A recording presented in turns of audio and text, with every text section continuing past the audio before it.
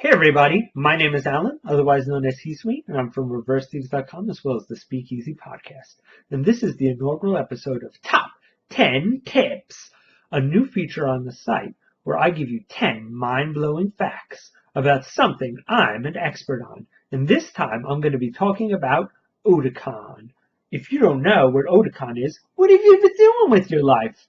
Because Otakon is the #2 biggest anime convention in North America. It has more guests, events, and cool things that will blow your mind than any other con around. So, if you've only experienced your local rink-a-dink con, or if you've never even been to a con at all, you're just going to get eaten alive if you don't go in prepared. So I'm going to give you all the strategies that you need to have a great Otakon. But wait, what if you've been to Otakon or several big cons in the past? Well, you're probably doing something wrong, and I'll give you the advice you need to fully enjoy Otakon as it should be enjoyed. Alright, let's start this thing with tip number 10. Look, man, Otakon has 1,001 things to do with a jam-packed morning schedule and a night filled with room parties and debauchery. So you've got to cut out everything extraneous if you want to get as much as you can in those 3 days that you've got. Thereby, the primary thing you want to cut out is all that time you spend bathing. Every second you spend in a shower is a second you're not seeing awesome cosplay, attending great events, or possibly even meeting the love of your life.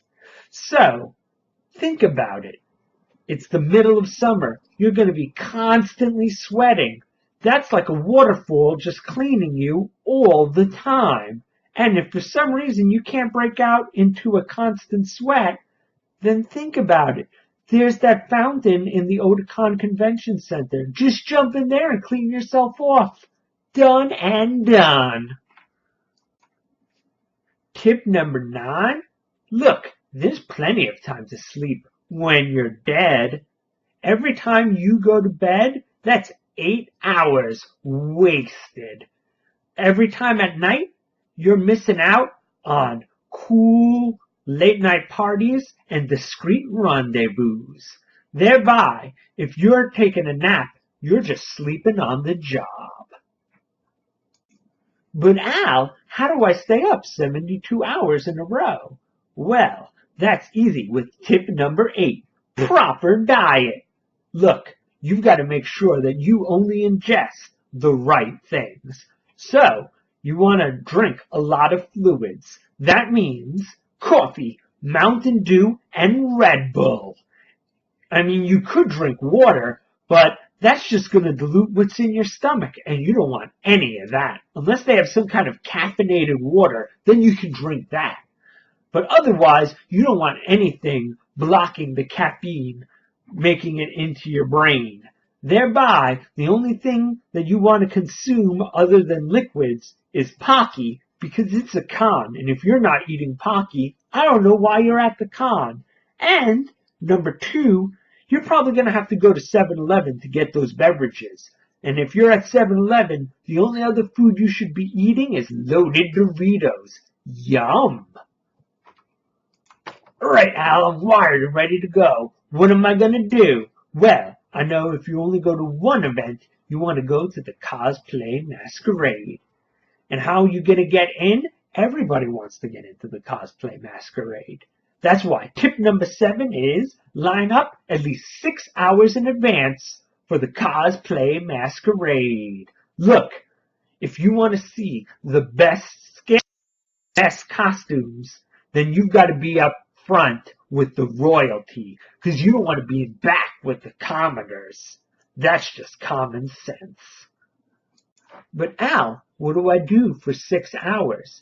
And that leads me to tip number 6 that will occupy your time. Shout memes! Look, Otakon is like a secret society, and the handshake that proves that you're a member is shout memes. Just shout out, butt scratcher, or Marco, and wait for the appropriate polo, and you will see every time you do it 1,000 responses. So, if you just keep on doing this, 6 hours will turn into a few seconds in no time flat. But Al, are shout memes going to keep me occupied for 6 hours? No, shout memes are just for lulls in conversation.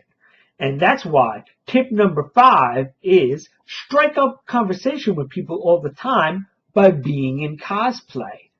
And the most complex cosplay you can get your hands on. Look, all of social interaction is about peacocking.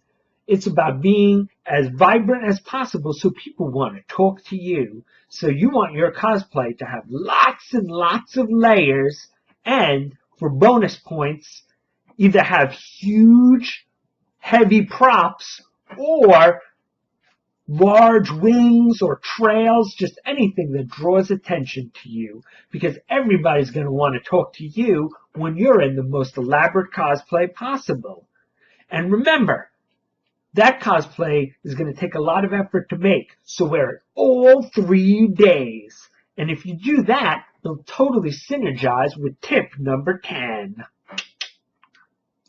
Talking about cosplay, let's go on to tip number 4, proper cosplay etiquette.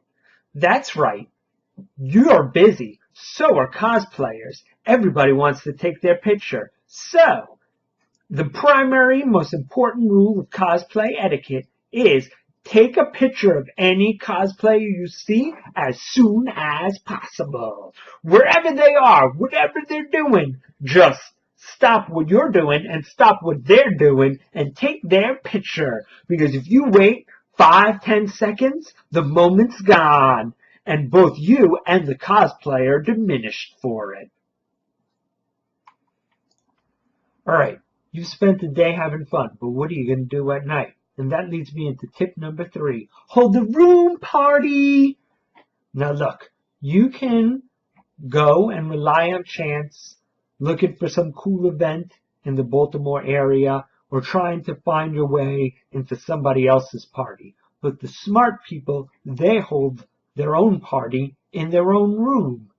And how do you get people to go to your room party? Invite anyone you talk to. And if you're really ambitious, give out flyers to just have your room and that there'll be plenty of alcohol. And then you'll just have to beat off the cool people who are going to be at your party. That means 24/7 fun things to do. Oh yeah! Alright guys, we're in the home stretch, so it's time for the big guns. And one of my biggest guns is tip number 2, guest and panel etiquette. In fact, it's so big, I had to break it down into 5 smaller parts. Alright, time for tip A. Everybody loves gifts, especially guests. So if you see a guest at the con, whether it be at a panel or just walking around in the halls, you want to make a beeline to them and give them a gift before somebody else can horn in on your action. Because, look, anybody can say that they're a huge fan, but nobody believes that lip service. If you want to prove that you're dedicated, prove it tangibly, especially with food. Guests love food. I mean, who wants to turn down something yummy? Not me. Alright, it's really easy to get flustered around guests. Thereby, before you ask a question, you should be prepared. Thereby, how do you do that? You talk to them like you're an equal. Look, they're a creative person. You're a creative person. Totally mention that. If you're an amateur filmmaker or a budding screenwriter, then bring it up. Mention your creative works and how it ties into their work. All of a sudden, you're just as good as them, and your question will flow out so much easier. If you've ever talked to anyone who's a theater major, They love to be on stage because it's so immediate. When you're performing, you see the audience and you see them reacting. And thereby, that gives them a tremendous amount of energy. Therefore, you don't want to be some cold fish in the audience. Whenever there's a lull or somewhere you can break in, do so. People on stage love that. Maybe a little quip, a little comment. Correct them if they're wrong. Just shout it out. That will facilitate an environment where everybody can feel free to have dialogue. And that's going to make everything so much better. D is all about being a pal. Look, not everybody can be a smarty and watch videos like this. Thereby, they don't always ask questions properly, and they don't get the answer that the audience needs. That means it's up to you, the champion, to restate their question properly and get the answer that everybody needs. I'll finish up this section with something that's only for the anime con, which is speaking to Japanese guests. Look, Otakon's going to get some of the best Japanese guests around, and thereby you want to be as respectful as possible. How do you do that? Ask all questions during panels in Japanese. I mean, that's the way to show correct Bushido to our guests from Nippon. Alright guys, what time is it? It's adventure time! But it's also time for my final tip. And it's also my most powerful tip. Now remember, this is only for pros. So if you've got the true Otakon spirit, this is what you'll do. And how do you do it? Go in riding on the seat of your pants. How do you do that? Don't book a room and don't book a ride home. Just live off the land. Now you might think, Al, that's suicide, and oh no, it's the greatest adventure. Why? If you want to learn a foreign language, you can boringly read books at home, but you'll never really get the true experience of a foreign language.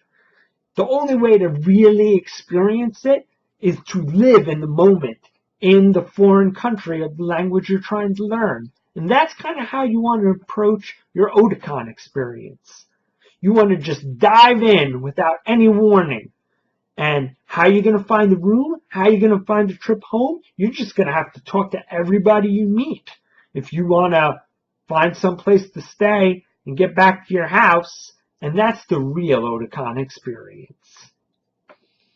So guys, I hope that those tips will serve you well at Otakon 2014. If you've got any advice, then maybe something I overlooked, I don't know what it could be, but just email me at reversethieves@gmail.com. And otherwise, I'll see you guys at Otakon 2014.